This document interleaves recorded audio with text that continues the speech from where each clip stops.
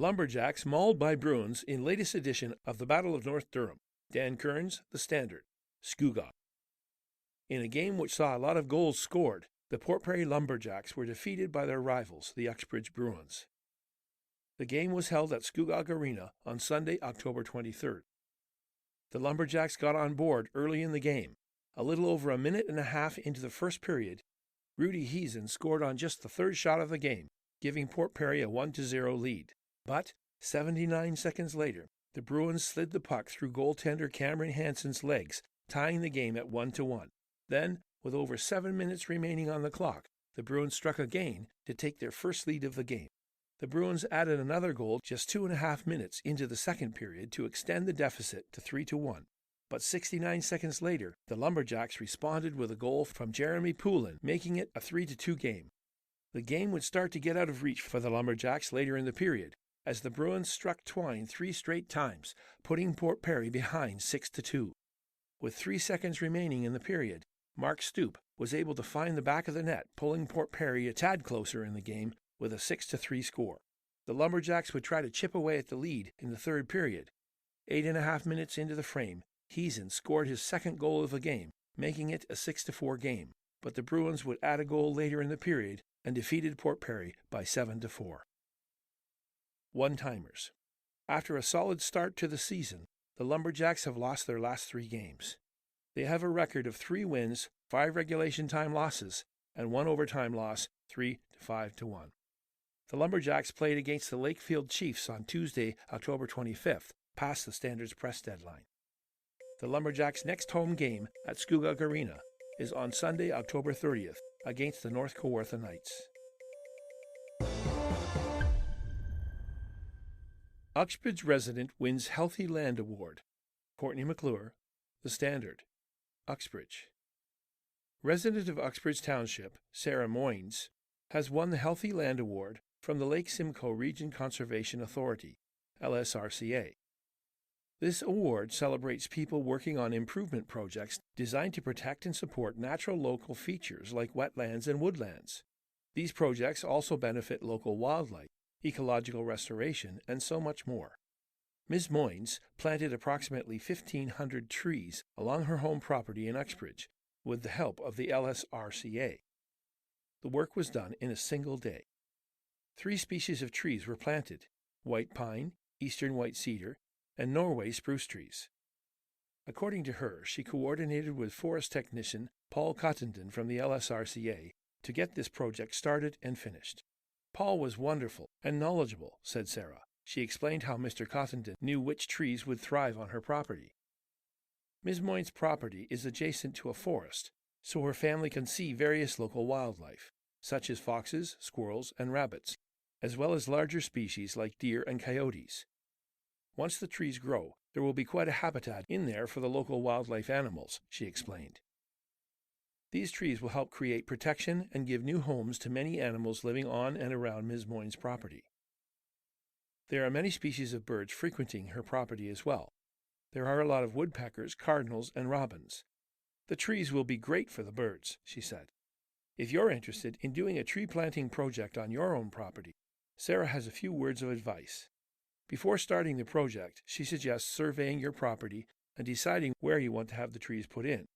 Make sure the area is prepared beforehand so it's ready to host the saplings.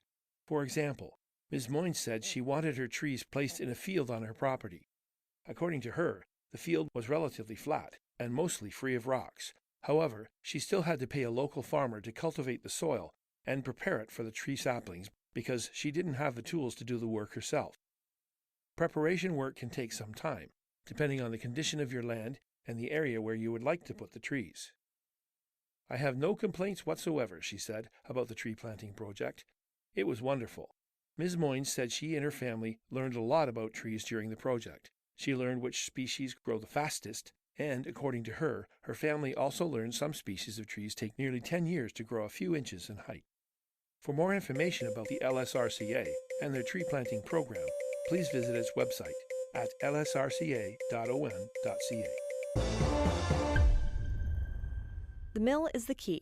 Dan Cearns, The Standard. As you read this, the municipal election has come and passed. we now know who will serve as the mayor and all 5 ward councillors in Scugog. Soon enough, these elected and acclaimed members will be discussing priorities for the upcoming term. One thing I believe this council needs to focus on completing is finding a permanent use for Port Perry's old mill. The historic grain elevator, located at the corner of Queen Street and Water Street, has sat vacant for at least the last 2 terms of council, except for the occasional use as a television or movie shoot backdrop. In that time, the township has gone through the request for expression of interest process to try to find potential businesses or entrepreneurs to partner with, and just this past term, the mayor had stated there were some ongoing private negotiations on this issue as well. As I've learned over the years, the mill is a contentious issue among residents in the township. I've heard many say to knock it down, and others have different ideas of what this historical structure could house. For those who are fans of the former idea, let me remind you the township has voted in the past to preserve the mill and has put significant investments into the structure. But regardless, the township can put an end to the debates on the mill by finally securing a deal for its use. The mill is a landmark, and, if done correctly, it could be the crown jewel in the future of Scugog's waterfront area.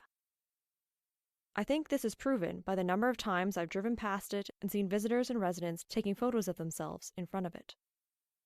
The mill is also something which is unique to Port Perry.